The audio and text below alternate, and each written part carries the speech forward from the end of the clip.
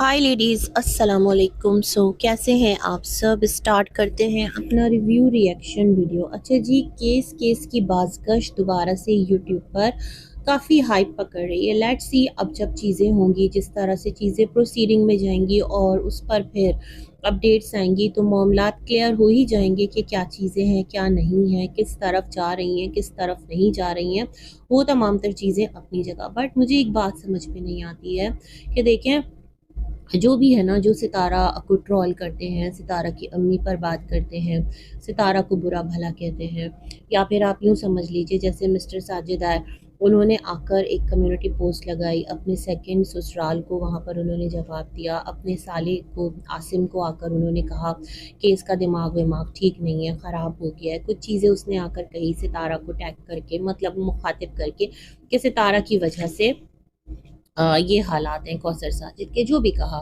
तो उसके बाद देखे ना, जो मिस्टर साजिद हैं, उनके एटीट्यूड को देखने के बाद लोग नहीं भी देखते तो भी क्या करते कि वो सितारा की मोहब्बत में आकर आसिम को नशई, चरसी और पता नहीं उसको क्या क्या बोलने लगे। तो फिर मैं समझती हूँ मिस्टर साजिद कि दोनों तरफ ही आपका घराना है, सितारा भी आपकी बीवी है और सितारा के मैके वाले आपके ससुराली हैं, इधर कौसर आपकी बीवी है, कौसर के मैके वाले आपके ससुराली हैं। दोनों फैमिलीज़ को कैसे सोशल मीडिया पर आप लेकर आए हैं। खैर, आप तो लेकर नहीं आए, सितारा का चैनल था, फिर आप लोग सारे पीछे पीछे आए, ये भी कोई हकीकत डिनाई नहीं कर सकता।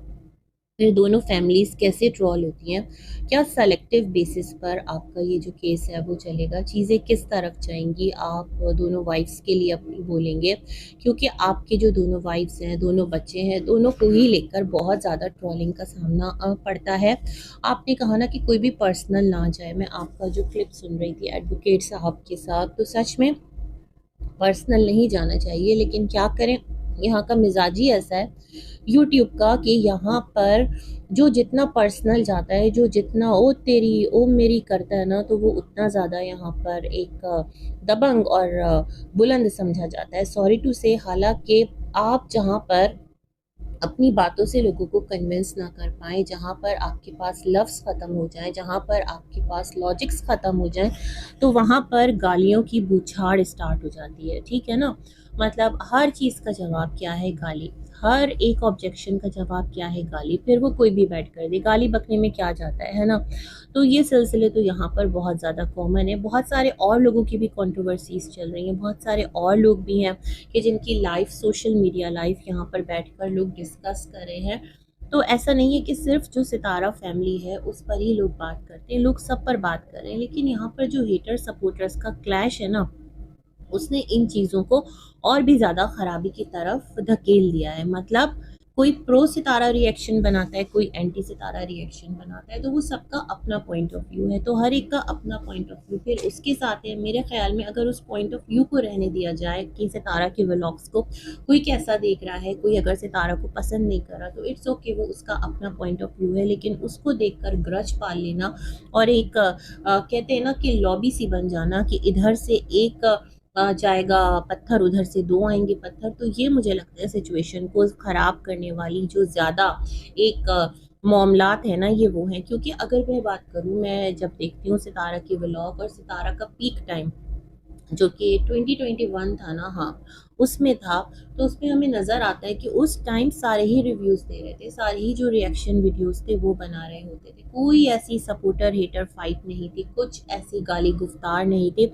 लेकिन जैसे जैसे ये ग्रुपिंग होती गई ना, वैसे वैसे यहाँ पर चीज़ें बहुत ज़्यादा वियर्ड, बहुत ज़्यादा डिज़ास्टर जो है वो फैलता गया। और आज जो सूरत हाल है वो हम सबके सामने है, जो कि बहुत ज़्यादा अफसोसनाक है, ख़त्म होने का नाम ही नहीं ले रही। कोई किसी को बुरे नाम से पुकारता है, कोई किसी को बुरे नाम से पुकारता है। अगर एक को गलत बोलना गलत है तो दूसरे को गलत बोलना कैसे सही हो सकता है। My point is that. खैर जी, लेट्स सी जो भी होगा, और वो चीज़ें सामने आ जाएंगी और अल्लाह करे कि तमाम तर जो मामलात हैं वो खैर आफियत के साथ निमट जाएँ। ये जो रुसवाई का तमाशा है, ट्रोलिंग का गंदा खेल है, चाहे वो फिर किसी की भी हो, अल्लाह करे कि वो एक नोट पर आकर के एंड हो, और लोग जो है ना महज़िब मुआशरे में जिस तरह बात की जाती है, राय रखी जाती है, उस तरह से अपनी बात करें, उस तरह से अपनी राय रखें। अच्छा जी, यहाँ पर मैं बात करना चाहती हूँ थोड़ी सी नजमा के ऊपर। नजमा के ऊपर क्या, नजमा का वीडियो देख रही थी, छोटे बच्चे किसी को नज़र नहीं आते और ये कर दिया तो वो कर दिया। सबसे पहले तो नजमा का जो मैंने व्लॉग देखा, माशाल्लाह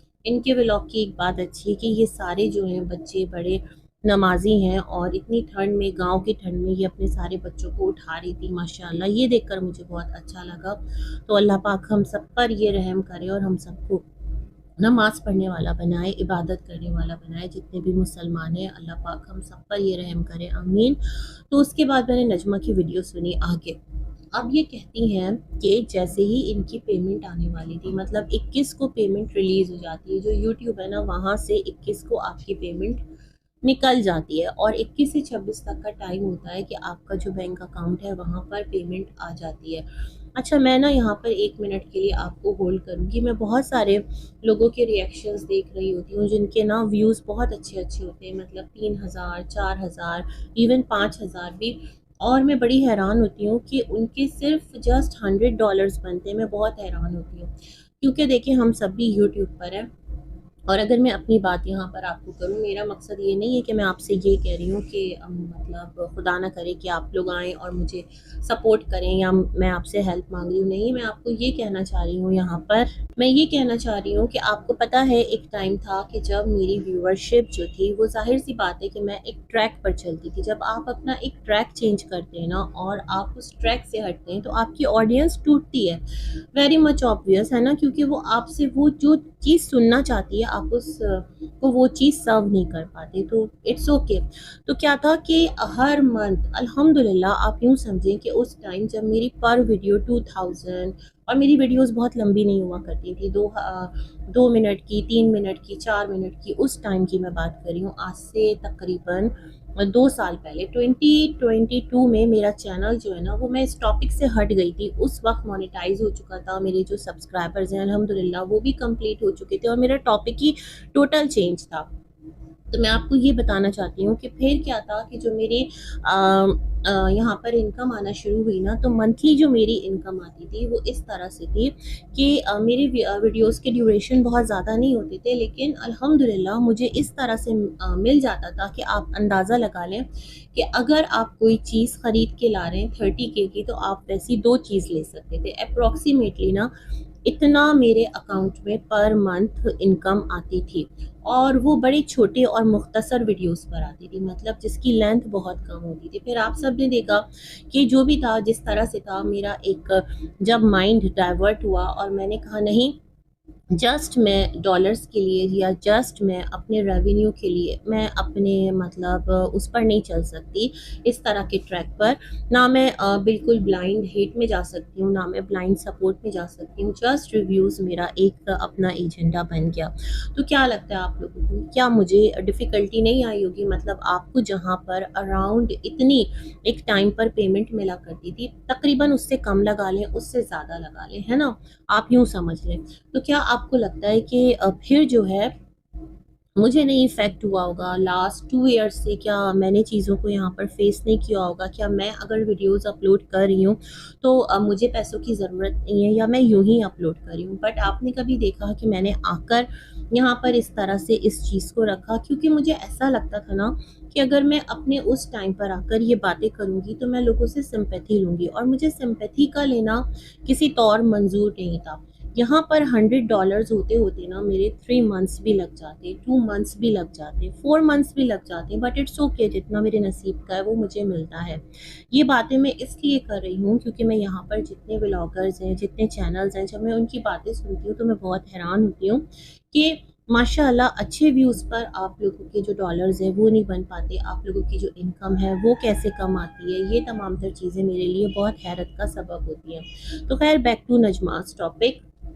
तो मैं नजमा के टॉपिक पर आती हूँ।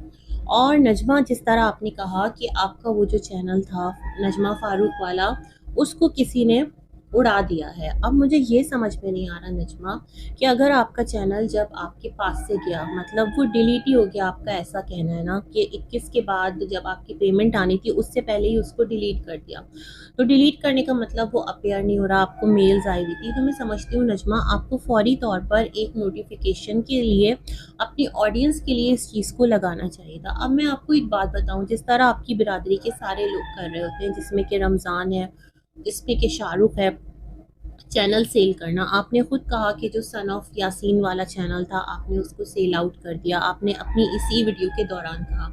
तो बहुत मुमकिन है नजमा आपने ये वाला जो चैनल है वो पेमेंट जब आपकी आ गई हो, आपने पेमेंट ले ली हो, क्योंकि हम कैसे यकीन करें। देखिए हम जो है ना बातों का यकीन ऐसे नहीं कर सकते कि कोई भी आए और कहे कि इस तरह हुआ उस तरह हुआ, या तो आप हमें प्रूफ के तौर पर वो सारी मेल्स दिखाएं जो आपको आई हैं, है ना, ताकि हमें पता तो चले, ताकि हम अंडरस्टैंड तो कर सकें कि आखिर आपके साथ वाकईतन कुछ ऐसा हुआ है। आप कह रही हैं इन लोगों से बर्दाश्त नहीं हुआ, किन लोगों से? हाईलाइट करें वो कौन से लोग हैं जो आपके चैनल के पीछे इस तरह से लगे हुए हैं, जो चाहते हैं कि आपकी जो लाइफ है वो डिस्टर्ब रहे और उन्होंने आपका चैनल उड़ा डाला है। ये बातें बड़ी अजीब है और आपने कहा आप इससे कमज़ोर नहीं पड़ेंगी।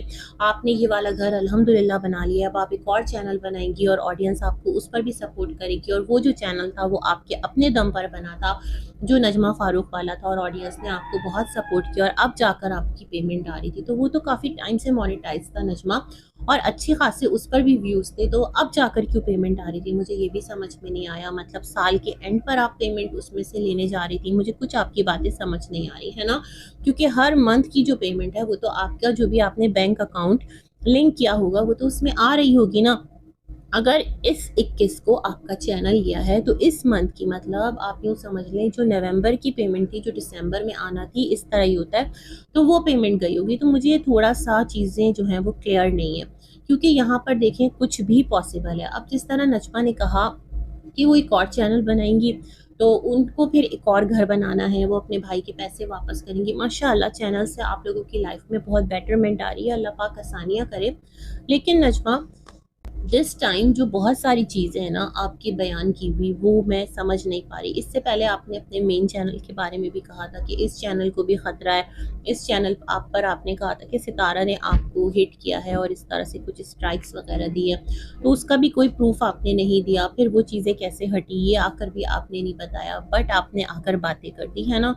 तो इस तरह कैसे हो सकता है? चैनल हाइड भी तो किया जा सकता है, हो सकता है जिस टेक्निकल पर्सन के पास हो उसने आपका चैनल हाइड कर दिया हो और आपने आकर ये बात रखी हो, ये भी तो पॉसिबल है। बाकी आपने बहुत अच्छी बात कही कि ये वो प्लेटफॉर्म है कि जहाँ पर सबको काम करने का हक है और सबको काम करना चाहिए, और सबको काम करने देना चाहिए, और किसी की भी जो ज़िंदगी है उस पर तंग नहीं करना चाहिए। तो आई एग्री विद यू, और अल्लाह रहम करे आप पर भी, हम पर भी, और जितने भी लोग हैं यहाँ पर काम कर रहे हैं और उनका कुछ भी यहाँ से अगर रेवेन्यू जनरेट हो रहा है तो सब पर इसी दुआ के साथ मैं कहूँगी बहुत सारी गुड विशेज़ हैं।